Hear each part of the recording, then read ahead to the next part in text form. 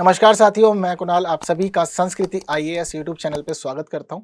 आज मैं आप सभी के सामने उपस्थित हूं एक बेहद महत्वपूर्ण और संवेदनशील विषय पर बात करने के लिए। यह विषय है भाई अमृतपाल की मृत्यु। एक हमारे अग्निवीर सैनिक जिनकी मृत्यु हो गई है और इनकी मृत्यु के कारण अनेक विवाद उत्पन्न हो गए हैं। सर्व प्रमुख विवाद यह है कि इनकी मृत्यु के बाद इनके पार्थिव शरीर को एक निजी एम्बुलेंस के द्वारा इनके घर तक पहुंचाया गया। वहीं इनके नाम के साथ शहीद सम्मान नहीं जोड़ा गया और इनके अंतिम संस्कार में इन्हें गार्ड ऑफ ऑनर भी नहीं दिया गया, जिसके कारण अनेक विवाद उत्पन्न हो गए हैं और सभी राजनीतिक दल इस मामले को अपने अपने अनुरूप प्रस्तुत कर रहे हैं। मैं चाहता हूं कि इस विषय पे मैं आपके साथ एक अच्छी चर्चा करूं, आपको बताऊं कि दरअसल मामला क्या है। तो देखिए, मामला यह है कि जो भाई अमृतपाल हैं यह अग्निवीर सैनिक थे और अपनी मृत्यु से पहले यह संतरी के पद पर कार्य कर रहे थे। हालांकि एक अच्छी बात यह थी कि अपनी मृत्यु से 2 दिन पहले इन्होंने 2 आतंकवादियों को गोली मार के उनकी हत्या कर दी थी। यह बात अच्छी थी और हम सभी इस समय गर्वान्वित हो रहे थे। बट उस सब के बावजूद हमें 15 अक्टूबर की रात को यह पता लगा कि इन्होंने अपने पद पे कार्य करते हुए खुद को गोली मार ली, जो कि हमारे देश के लिए और साथ ही इनके परिवार के लिए दुख का विषय बन गया था। लेकिन अब देखने वाली बात यह थी कि इनकी मृत्यु के बाद इनकी मृत्यु को अलग अलग रूप में प्रस्तुत किया गया और सभी लोग अपनी अलग अलग टिप्पणियां कर रहे थे। लेकिन आज सुबह ही मिनिस्ट्री की तरफ से स्टेटमेंट जारी किया गया। उन्होंने क्लियरली बताया कि देखिए, हमारे यहाँ पर सेना के हर क्षेत्र में, चाहे थल सेना हो, चाहे जल सेना हो, चाहे वायु सेना हो, सब जगह अलग अलग बहुत सारे सैनिक कार्य कर रहे हैं। लेकिन नियमों के अनुसार जो हमारी व्यवस्था है, वह व्यवस्था यह कहती है कि यदि आपका बलिदान देश के लिए है, आप कहीं लड़ते हुए आपकी मृत्यु हो जाती है या आप किसी आतंकवादी के कारण अमीर गति को प्राप्त होते हैं, तो उस स्थिति में मामला यह होता है कि आपके नाम के साथ शहीद सम्मान जोड़ दिया जाता है और आपको गार्ड ऑफ ऑनर भी दिया जाता है।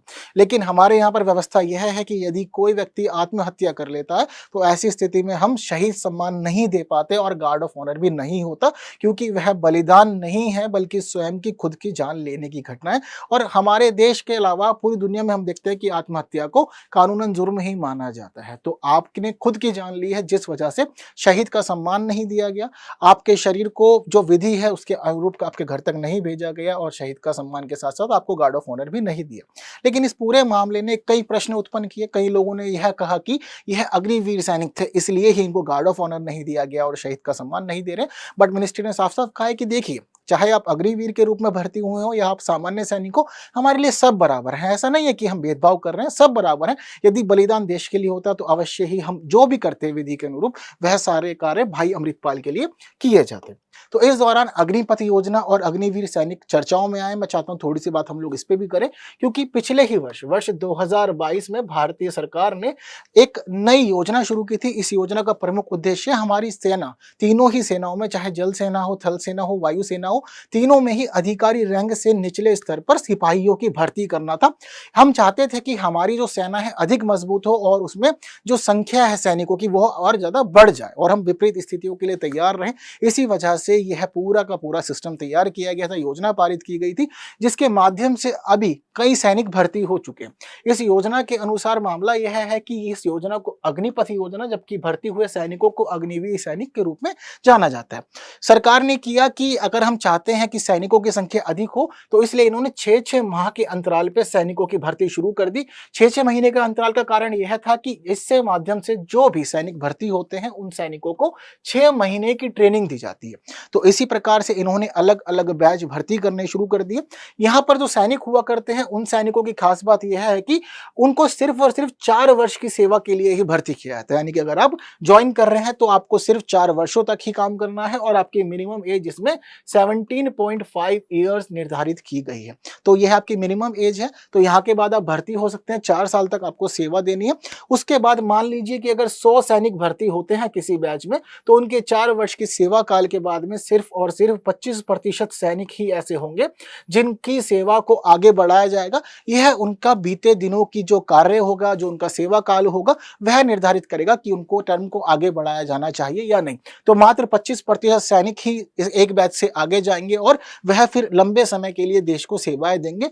बाकी जो बचे हुए 75% सैनिक हैं, उन सभी सैनिकों को वापस घर भेज दिया जाएगा, लेकिन उनको यहाँ से एक पूरा प्रमाण पत्र और साथ साथ में डिप्लोमा दिया जाएगा, जो उनकी आगे की शिक्षा और बाकी सेवा क्षेत्र के लिए उपयोगी सिद्ध होगा। तो यह जो योजना है, यह योजना इन्हीं उद्देश्यों से शुरू की गई थी, सारी व्यवस्था की गई थी, जिसके माध्यम से ही भाई अमृतपाल इसमें शामिल हुए थे। बट उनका जो यह घटना हुई है उनके साथ में, उसका दुख पूरे देश को है, हमको है और उनके परिवार को है। बट जो मामला था वह मैं चाहता था कि आपके साथ डिस्कस करूं और उम्मीद करता हूं आपको सब चीज क्लियर हो गई होगी। हालांकि यदि प्रश्न पूछा जाता है तो देखिए प्रश्न आएगा आप लोगों के सामने एक अग्निपथ योजना से, ठीक है। तो अग्निपथ योजना से पहले भी मैं आपको बताऊं कि वन डे एग्जाम में तो यह प्रश्न पूछे गए हैं, तो संभावना है कि वहां और पीसीएस एग्जाम में पूछे जा सकते हैं। हालांकि यूपीएससी पूरी तरह से अनप्रेडिक्टेबल है और वह भी आपसे इस प्रकार का एक प्रश्न पूछ सकता है। तो जरूरी है कि आप लोग तैयार रहें और खुद को एग्जाम रेडी करते रहें समय समय पर। तो जल्दी से मुझे इस प्रश्न का आंसर आप लोग कमेंट कर दीजिए, देखते हैं कितने लोग सही आंसर दे रहे हैं। मैं फिर जल्द मिलूंगा आप लोगों से और कुछ ऐसे ही महत्वपूर्ण विषयों पर बात करूंगा और जो भी जरूरी रहेगा आपके लिए मैं आपके साथ साझा करता रहूंगा। हालांकि आपको चाहिए होगा कि मैं आपको प्रश्न का उत्तर बताऊं, तो देखिए इस प्रश्न का उत्तर आप लोग की स्क्रीन पर है और मुझे बताइए कितने लोगों का आंसर सही है। तो जल्द मिलते हैं अगली वीडियो में, तब तक के लिए विदा दीजिए। Thank you so much.